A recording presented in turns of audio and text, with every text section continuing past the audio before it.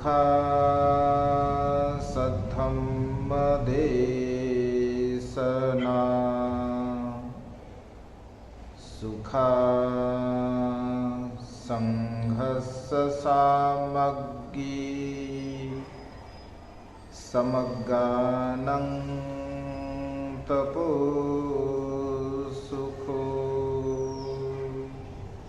विश्ववंदनीय विश्व शांती दूत प्रज्ञा शील समाधीचे उद्गाता महान करुणावान करुणेचा सागर तथागत सम्यक संबुद्ध, ज्या तथागतांनी संपूर्ण मनुष्य प्राण्यांच्या हितासाठी सुखासाठी आणि कल्याणासाठी ज्या सद्धम्माची निर्मिती केली असा सद्धम्म, त्या सद्धम्माचा सातत्याने प्रचार आणि प्रसार करणारा सदापूजनीय भिक्खू संघ, बुद्ध धर्म आणि संघ या महान तीन रत्नाची,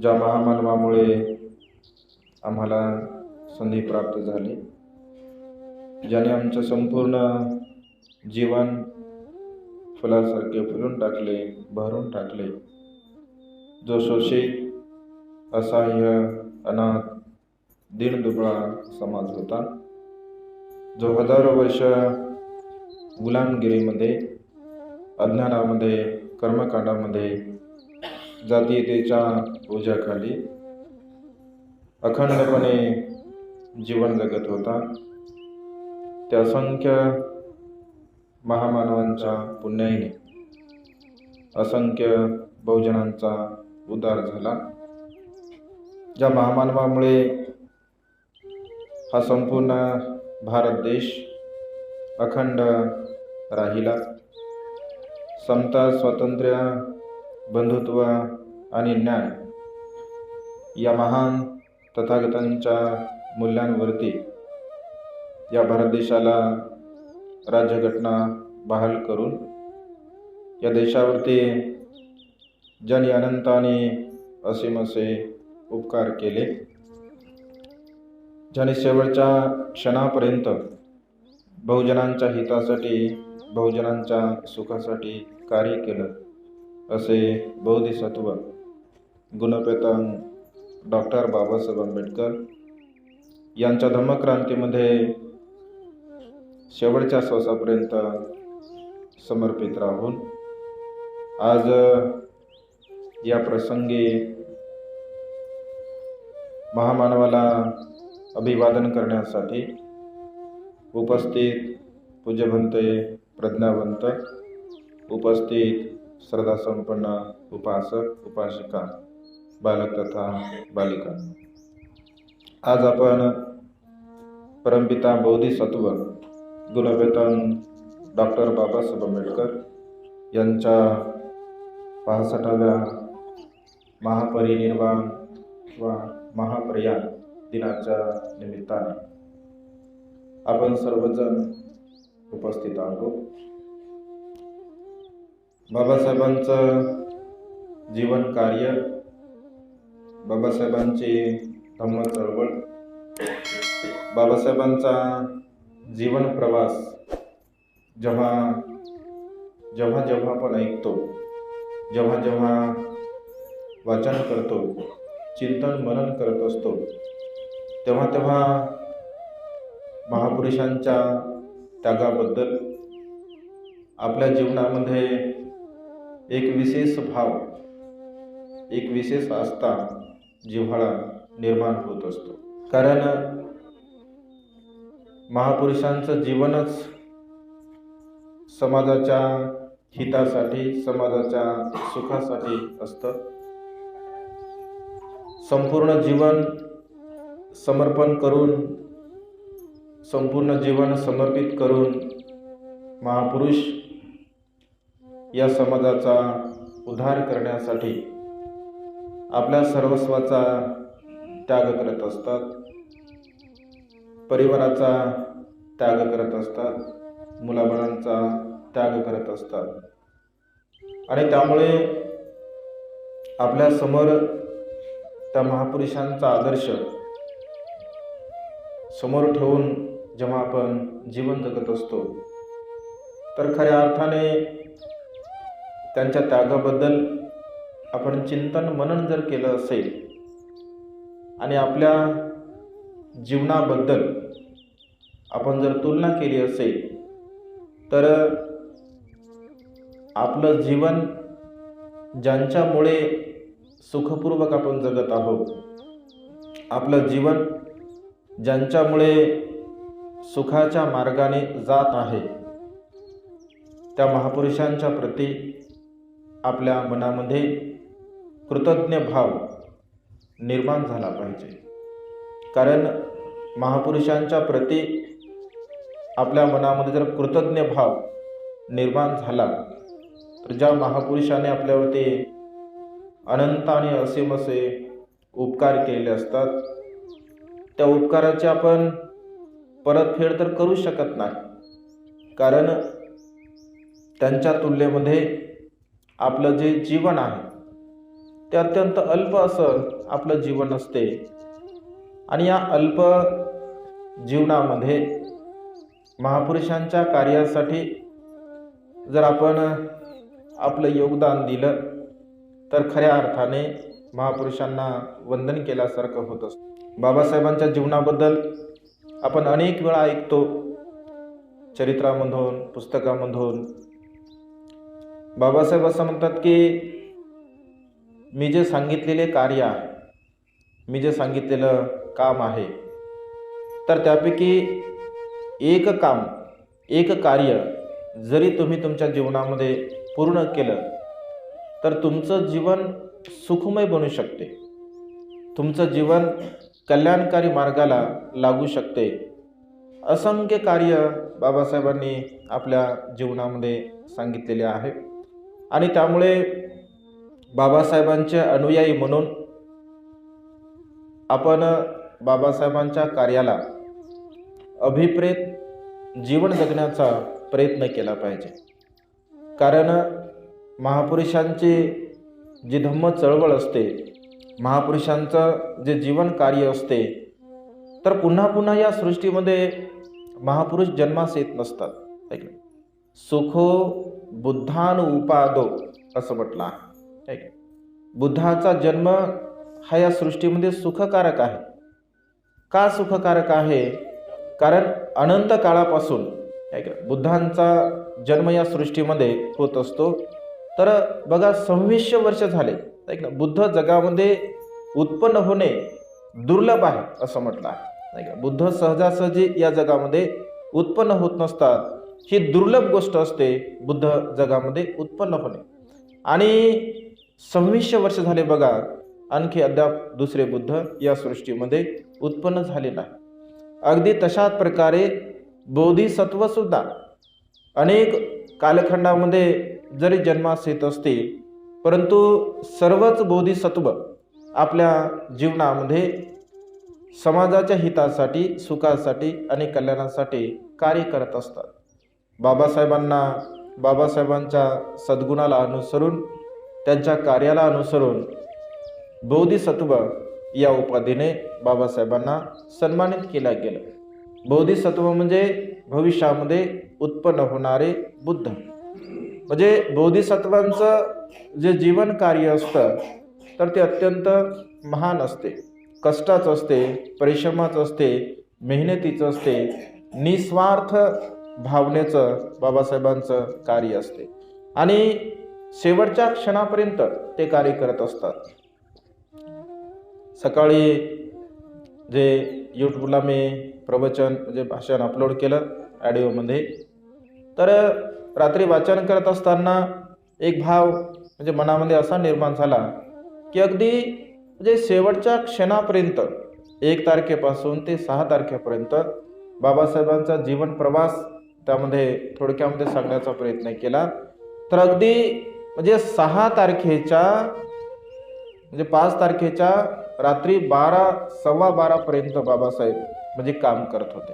म्हणजे अगदी मृत्यूच्या शेवटच्या क्षणापर्यंत बाबासाहेबांनी आपल्या जीवनामध्ये म्हणजे कार्य केलेलं आहे. शेवटच्या क्षणापर्यंत.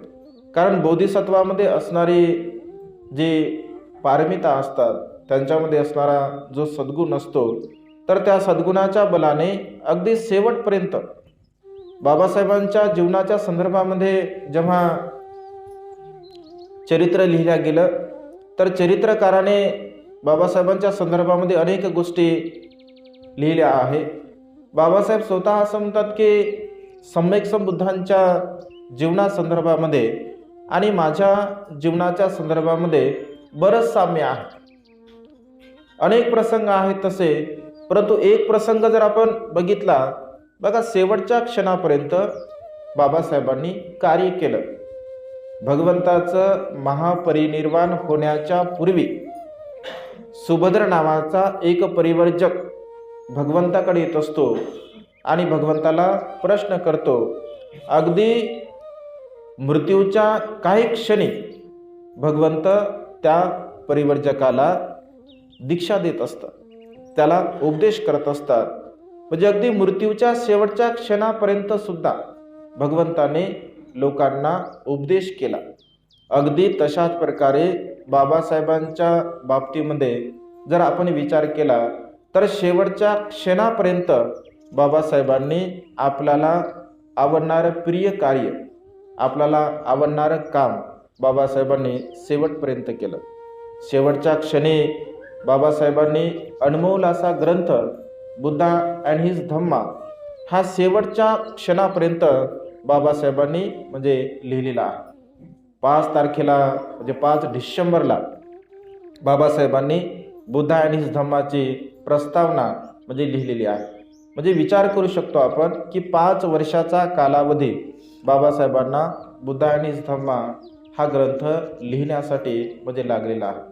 यावरून आपण कल्पना करू शकतो की किती परिश्रम, किती मेहनत बाबासाहेबांनी त्या ग्रंथासाठी केलेली आहे. कशासाठी?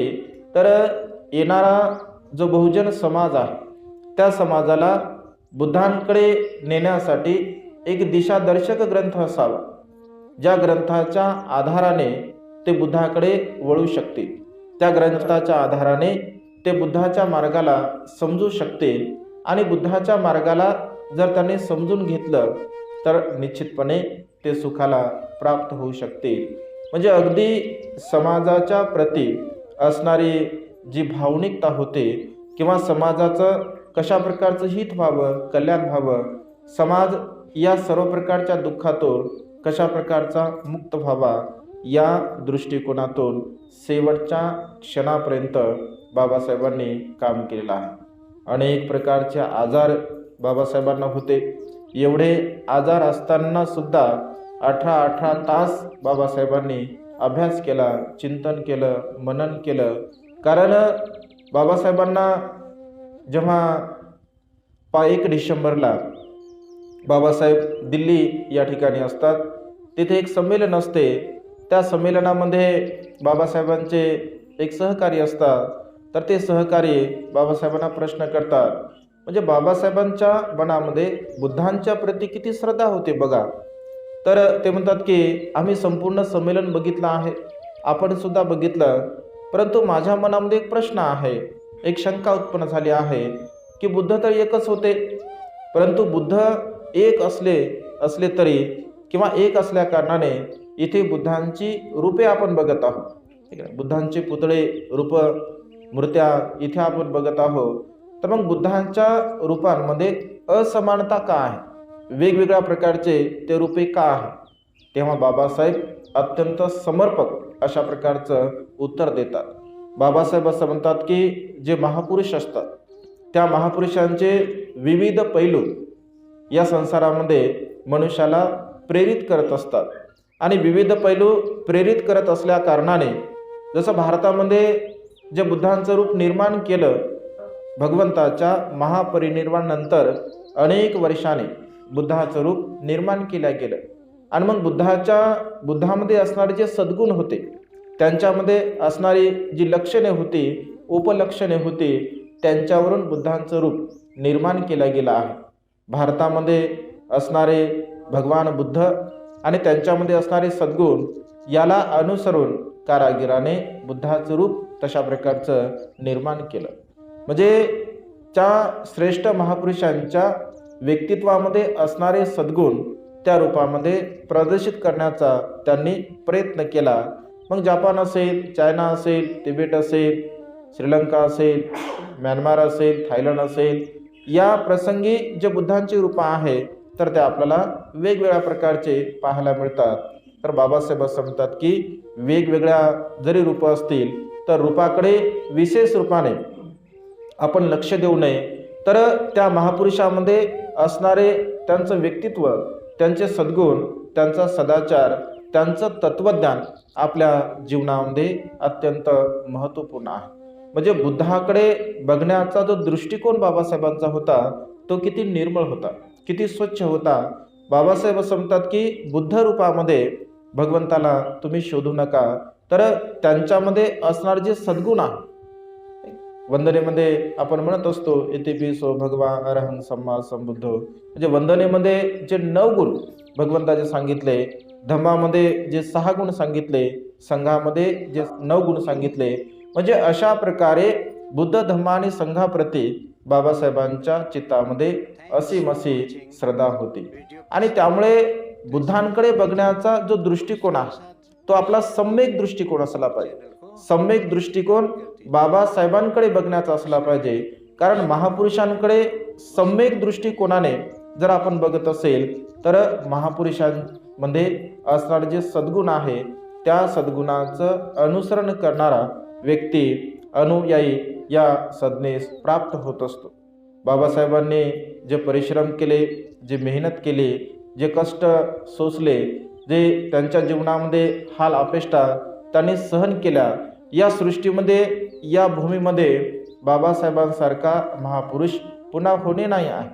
कारण एवढं समर्पण, एवढा त्याग सहजासहजी या सृष्टीमध्ये निर्माण होणारा मनुष्यसत्व त्या ठिकाणी करू शकत नाही. कारण बाबासाहेबांच्या कार्याला आपण जाणलं पाहिजे, आपण समजून घेतलं पाहिजे. कारण बाबासाहेब असं म्हणतात की माझा जे कार्य करण्यापेक्षा मी सांगितलेलं एक कार्य तुम्ही तडीस न्या, एक कार्य तुम्ही पूर्णत्वास न्या. जर तुम्ही एकही कार्य जर पूर्णत्वास नेलं तर निश्चितपणे तुमच्या जीवनामध्ये तुम्हाला सुख प्राप्त होऊ शकते. तुमचा परिवार सुखाने, समृद्धीने जीवन जगू शकतो. कारण त्या कार्यामध्ये आपलं जीवनाचं सार्थक होऊ शकतं. आणि त्यामुळे बाबासाहेबांनी जो सांगितलेलं कार्य आहे त्या कार्याला समोर आपल्याला न्यायचं आहे. माता रमाईच्या त्यागाला आपण समजून घ्यायचा. एक वेळचा प्रसंग मी नेहमी सांगत असतो की बाबासाहेब आपल्या दालनामध्ये बसले होते आणि आपल्या दालनामध्ये बसले असताना जोशी नावाचे सदग्रस्त बाबासाहेबांच्या जवळ असतात. नानकचंद रतू जे की बाबासाहेबांचे अत्यंत जवळचे सहकारी असतात, जे शेवटच्या क्षणापर्यंत बाबासाहेबांच्या जवळ होते, ते बसले असताना बाबासाहेब सहज हसतात, स्मित हास्य करत असतात आणि बाबासाहेबांच्या डोळ्यामधून अश्रू येत असतात. हे दोन दृश्य जेव्हा नानकचंद रतू बघत असतात तेव्हा बाबासाहेबांना म्हणतात की बाबासाहेब, काही क्षणामध्ये आपण स्मित हास्य करत आहात आणि काही क्षणे आपल्या डोळ्यातून अश्रू येत आहेत. काय कारण आहे? काय झालं आहे? काय घटना घडली आहे? कारण बाबासाहेब जे विचार करत होते किंवा बाबासाहेबांच्या मनामध्ये काय चाललं होतं हे नानकचंद रतू अगदी जाणत असत.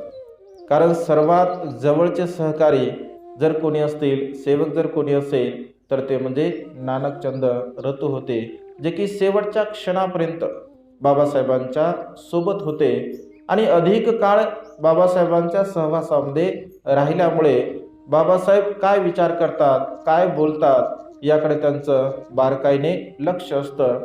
आणि मग ते बाबासाहेबांना म्हणतात की असं का होत आहे?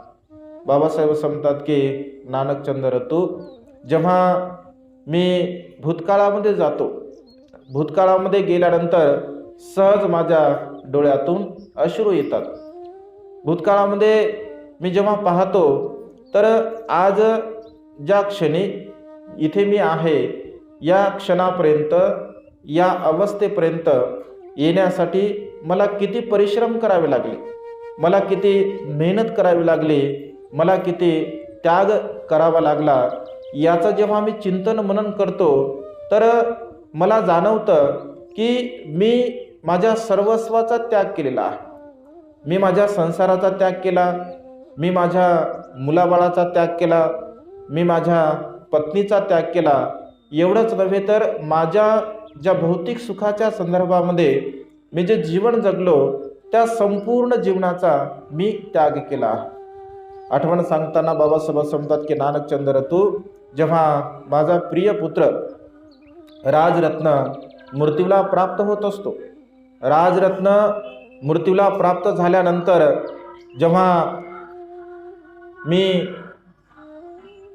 माझ्या चित्तामध्ये असा विचार उत्पन्न झाला की माझा पुत्र हा मृत्यूला प्राप्त झाला आहे, ही गोष्ट मला सहन नाही झाली. कारण माझा राजरत्न अत्यंत प्रिय होता, तो राजबिंडा होता. मी असं ठरवलं होतं की मी त्याला खूप शिकवेल, मी त्याला खूप मोठं बनवेल, माझ्यापेक्षा सुद्धा मी त्याला ज्ञानी बनवेल, विद्वान बनेल.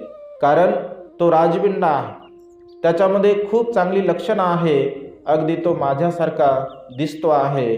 आणि हसता हसता तो माझ्या मांडीवरती मृत्यूला प्राप्त झाला. ही गोष्ट मात्र बाबासाहेब सहन करत नाही.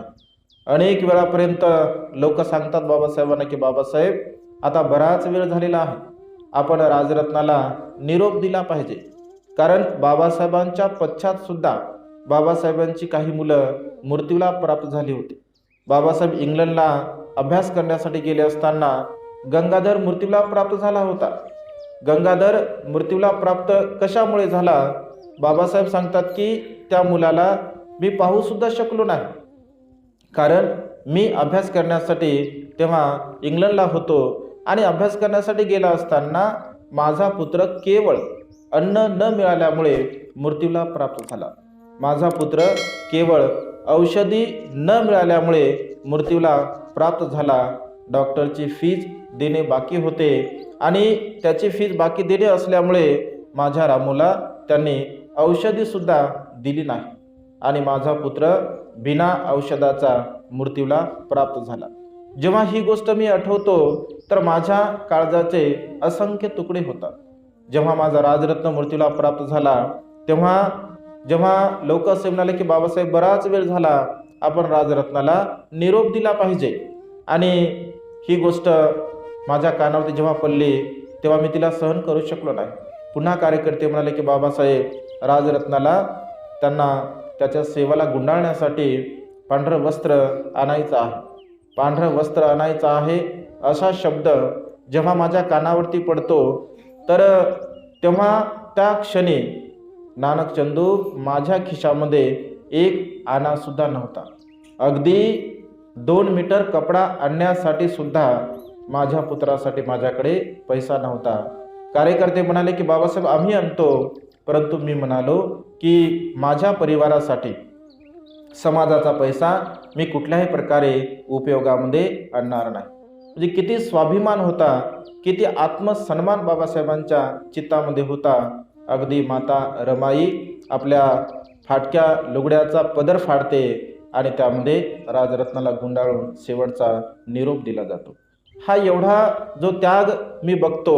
माझी पत्नी जिच्या जीवनामध्ये सुख कशाला म्हणतात हे तिने पाहिलंच नाही. अगदी लहानपणापासून तिच्या जीवनामध्ये केवळ आणि केवळ दुःख आहे. दुःखाला सुद्धा त्या ठिकाणी सीमा असावी, परिसीमा असावी, एवढं दुःख तिच्या जीवनामध्ये निर्माण झालं. अगदी लहानपणी तिचे मातापिता मृत्यूला प्राप्त झाले. अगदी थोडं सुख तिच्या जीवनामध्ये प्राप्त झालं का पित्यासमाने प्रेम देणारे माझे वडील म्हणजे मृत्यूला प्राप्त झाले, माझी आत्या मृत्यूला प्राप्त झाली. म्हणजे हा संपूर्ण जो भार आहे, रमाईने माझ्या संसाराचं एक क्षेत्र तिने पूर्णपणे सांभाळलं. कारण रमाईसारखी स्त्री माझ्या जीवनामध्ये जर मला लाभली नसती तर एवढं महान कार्य मी कदापि करू शकलो नसतो.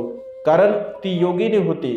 तिच्यासारखी सिलवान स्त्री, सदाचारी स्त्री, त्यागी स्त्री या जगामध्ये पुन्हा होणे नाही. अगदी वयाच्या 37व्या वर्षी ती मृत्यूला प्राप्त झाली. म्हणजे सुख कशाला म्हणतात हे सुद्धा तिने अनुभवलं नाही. म्हणजे अशा प्रकारचे आठवण करून नानक चंद्रतुंना बाबासाहेब सांगतात की मी भूतकाळामध्ये जातो तेव्हा हे सर्व प्रसंग मला आठवतात आणि त्यामुळे माझ्या डोळ्यातून सहज अश्रू येतात. आणि जेव्हा मी भविष्यामध्ये चिंतन करतो, मनन करतो, तर मला समाधान वाटते.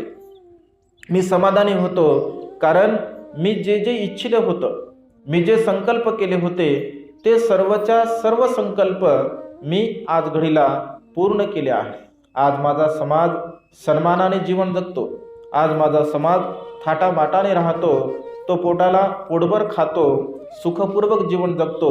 म्हणजे सर्व प्रकारच्या सुखसुविधा आज घडीला मी त्यांना प्राप्त करून दिल्या आहे. याचं मला समाधान आहे. मी माझ्या जीवनामध्ये जे जे संकल्पित कार्य होतं, जे जे संकल्प होता, विकल्प होता, तो पूर्णपणे मी पूर्णत्वास नेला आहे. याचं मला समाधान आहे. म्हणजे अशा पद्धतीने बाबासाहेबांचं कार्य बाबासाहेब नानक चंद्रतुला त्या ठिकाणी सांगत असतात. म्हणजे अनेक प्रसंग आहेत बाबासाहेबांच्या जीवनामध्ये, असे अनेक प्रसंग आहे की जे आपल्याला प्रेरणा देण्यासाठी सहाय्यक ठरतात. अनंत आणि असीम महान असं बाबासाहेबांचे आपल्यावरती उपकार आहे, ज्या उपकाराची आपण कधीही परतफेड करू शकत नाही. संपूर्ण आपलं जीवन बाबासाहेबांच्या कार्यासाठी आपण समर्पित केलं तरी सुद्धा एक तीळ मात्र अंश सुद्धा बाबासाहेबांच्या उपकाराची आपण परतफेड करू शकत नाही. केवळ बहुजनांसाठीच बाबासाहेबांनी कार्य केलं नाही, तर या तळागाळामध्ये असणारे सर्वच्या सर्व लोक, जीवन जगणारे या भारतभूमीमध्ये सर्वच्या सर्व लोक, या सर्व लोकांसाठी बाबासाहेबांनी कार्य केलेलं आहे. एवढं दुःख सहन करून सुद्धा, एवढं त्यांना यातना होऊन सुद्धा जेव्हा बाबासाहेब दुसऱ्या दिवशी म्हणजे राजरत्नाचा विधी होत असतो, तर दुसऱ्या दिवशी बाबासाहेब पुन्हा गोलमेज परिषदेसाठी लंडनला जाण्यासाठी तयार होतात. तेव्हा बाबासाहेबांचे भाऊ बाळाराम त्यांना म्हणतात की अरे भीमराव, कुठे निघाला आहे? नुकताच तुझा पुत्र मृत्यूला प्राप्त झाला आहे. तेव्हा बाबासाहेब म्हणतात की मी आज जर गोलमेज परिषदेमध्ये जर हजर झालो नाही तर माझा तर एकच राजरत्न मृत्यूला प्राप्त झाला, परंतु मी जर त्या परिषदेमध्ये हजर झालो नाही तर गांधी अँड कंपनी माझ्या लाखो लोकांचा बळी घेतल्याशिवाय राहणार नाही. म्हणजे एवढं दुःख मनामध्ये निर्माण होऊन सुद्धा दुसऱ्या दिवशी बाबासाहेब केवळ आणि केवळ आपल्या हक्कासाठी, आपल्याला न्याय मिळावा, आपल्याला हक्क मिळावा, आपल्याला जीवन जगण्याचा अधिकार प्राप्त व्हावा, या दृष्टिकोनातून बाबासाहेब आपल्या दुःखाला बाजूला सारून दुसऱ्या दिवशी गोलमेज परिषदेसाठी हजर होत असतात. म्हणजे एक महापुरुष किती त्याग करतो, त्या त्यागाची परिसीमा नाही आहे. म्हणून महापुरुषांच्या कार्यामध्ये जीवन जगत असताना आपण स्वतःला धन्य मानलं पाहिजे, आपण स्वतःला पुण्यवान मानलं पाहिजे की या बोधिसत्वाच्या कार्यकाळामध्ये आपल्याला जीवन जगण्याची एक संधी प्राप्त झाली आहे. बाबासाहेबांच्या धम्म कार्याला गतिमान करण्यासाठी, धम्म चळवळ गतिमान करण्यासाठी आपण योगदान देऊ शकतो, हे आपल्यासाठी अत्यंत महान आणि असीम असं पुण्याची गोष्ट आहे.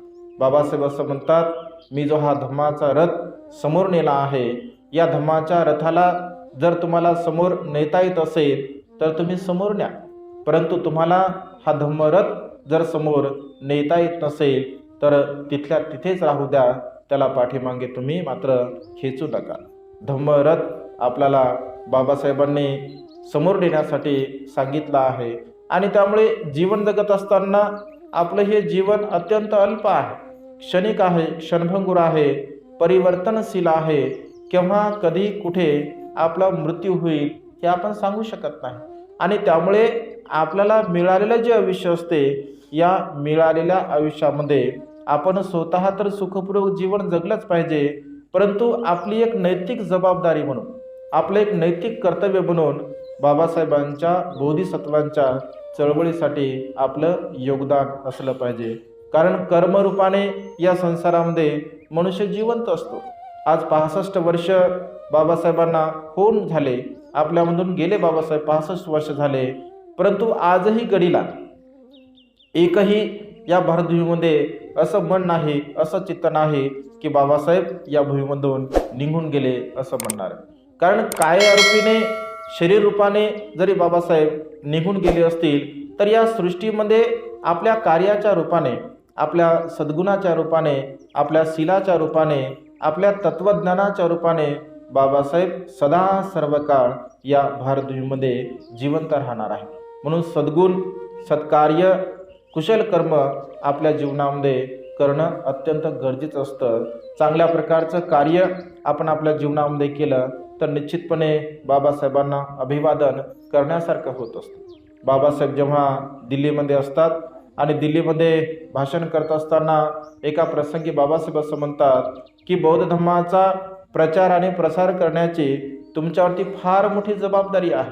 2 डिसेंबरला जेव्हा दलाई लामाचा सत्कार ठेवण्यात येत असतो तर त्या सत्कार प्रसंगी बाबासाहेब हजर असतात आणि तिथे असंख्य कार्यकर्ते बाबासाहेबांना भेटण्यासाठी येतात. तेव्हा बौद्ध धर्माचा प्रचार आणि प्रसार कसा करावा या संदर्भामध्ये ते चर्चा आणि विनिमय करत असतात.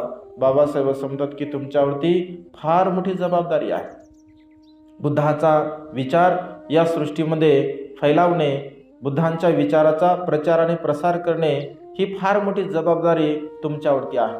हे कार्य तुम्ही तडीस नेलं पाहिजे, हे कार्य तुम्ही पूर्णत्वास नेलं पाहिजे. मला जर आयुष्य लाभलं तर चेन्नईसारख्या, दिल्लीसारख्या, मुंबईसारख्या वेगवेगळ्या मोठमोठ्या शहरांमध्ये मी विशाल अशा विहाराची निर्मिती करेन, ज्या विहारामधून धम्माची चळवळ गतिमान होईल, ज्या विहारामधून राजकीय चळवळ गतिमान होईल, ज्या विहारामधून सामाजिक चळवळ गतिमान होईल. कारण बाबासाहेब म्हणत होते बुद्धांचा सिद्धांत आहे, बुद्धांच्या धम्माची चळवळ जर गतिमान झाली असेल, नालंदा असेल, तक्षशिला असेल, औदंतपुरी असेल, वल्लभी असेल, अशा प्रकारचे महान महान विद्यापीठ त्या काळामध्ये होते, ज्या विद्यापीठामध्ये असंख्य भिक्खू चांगल्या प्रकारचं प्रशिक्षण घेऊन बाहेर येत होते, चांगल्या प्रकारचे उपासक प्रशिक्षण घेऊन बाहेर येत होते आणि आल्यानंतर बुद्ध तत्वज्ञानाचा प्रचार आणि प्रसार करत होते. म्हणजे विहार अशा प्रकारचं असावं. बाबासाहेब म्हणतात की विहारामध्ये सर्व प्रकारच्या सुखसुविधा असाव्या, विहारामध्ये फार मोठं ग्रंथालय असावं ही बाबासाहेबांची संकल्पना होती.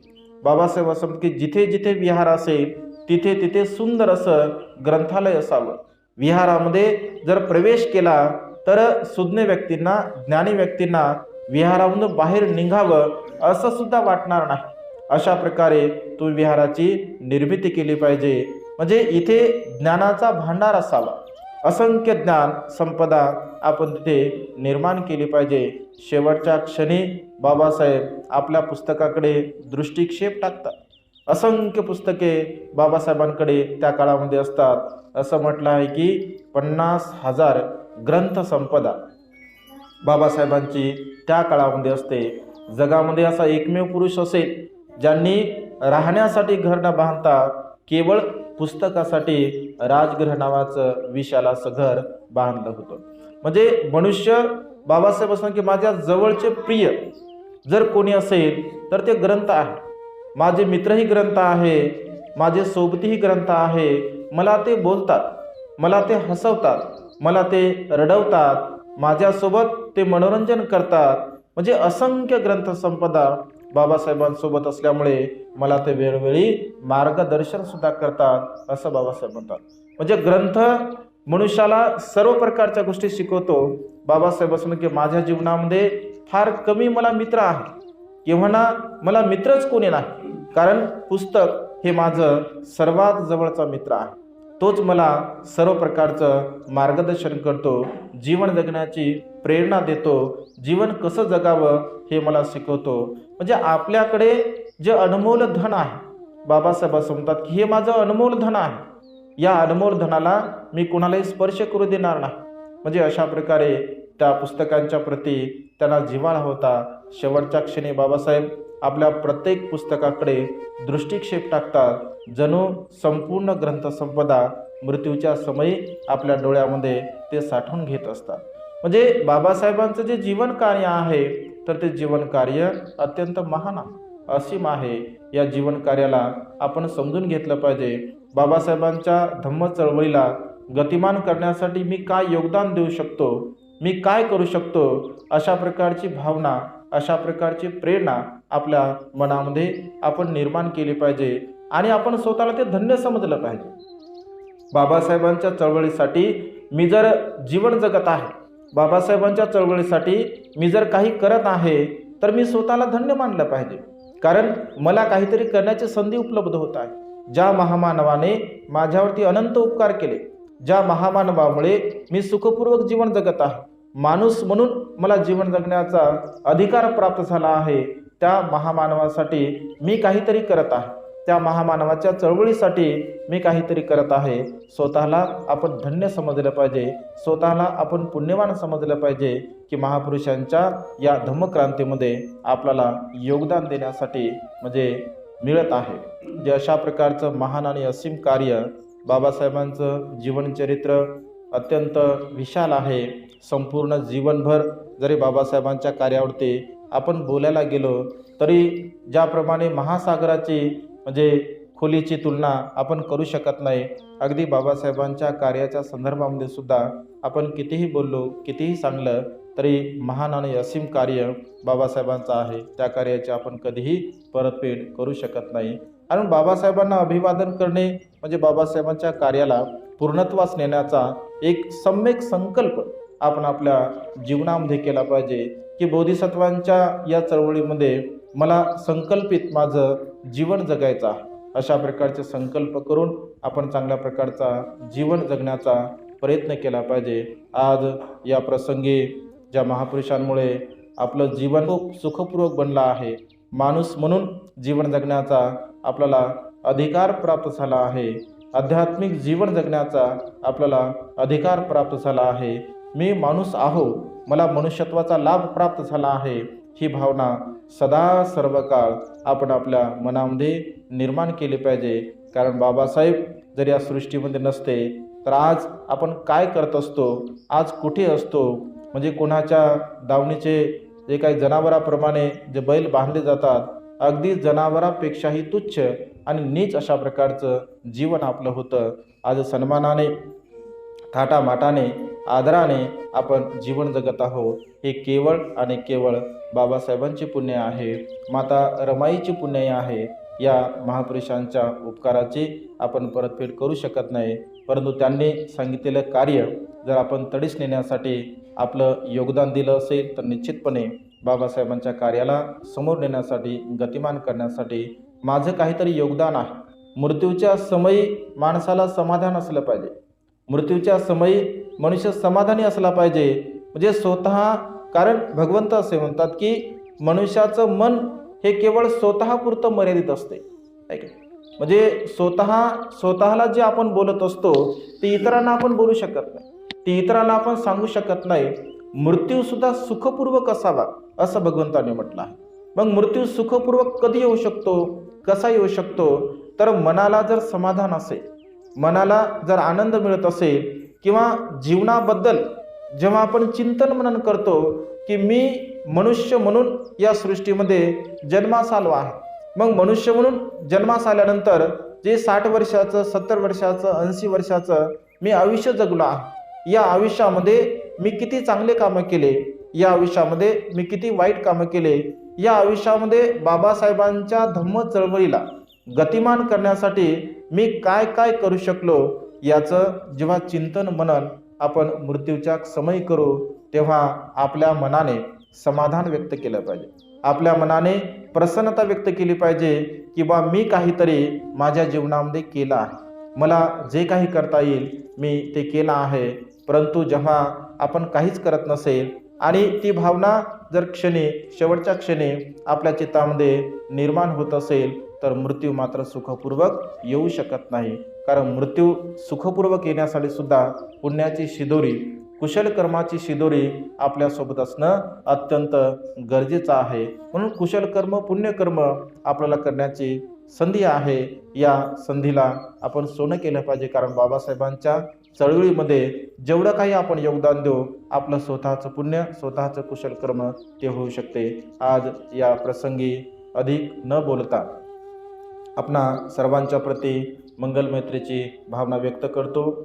ज्या महापुरुषामुळे मला मनुष्य म्हणून जीवन जगण्याचा अधिकार प्राप्त झाला, ज्या महापुरुषामुळे मनुष्यत्वाचा मला लाभ झाला, ज्या महापुरुषामुळे माणूस म्हणून या संसारामध्ये मी जीवन जगत आहो, त्या महापुरुषांच्या चरणी नतमस्तक होतो. संपूर्ण जीवन त्या महापुरुषांच्या चरणी समर्पित करतो आणि सर्वांच्या प्रती मंगलमतेची भावना व्यक्त करून ही छोटीशी देशना संपन्न करतो. सर्वांचं मंगल हो, सर्वांचं कल्याण हो, सर्वांना दीर्घायुष्य लाभो. बुद्धं नमामि, धम्मं नमामि, संघं नमामि.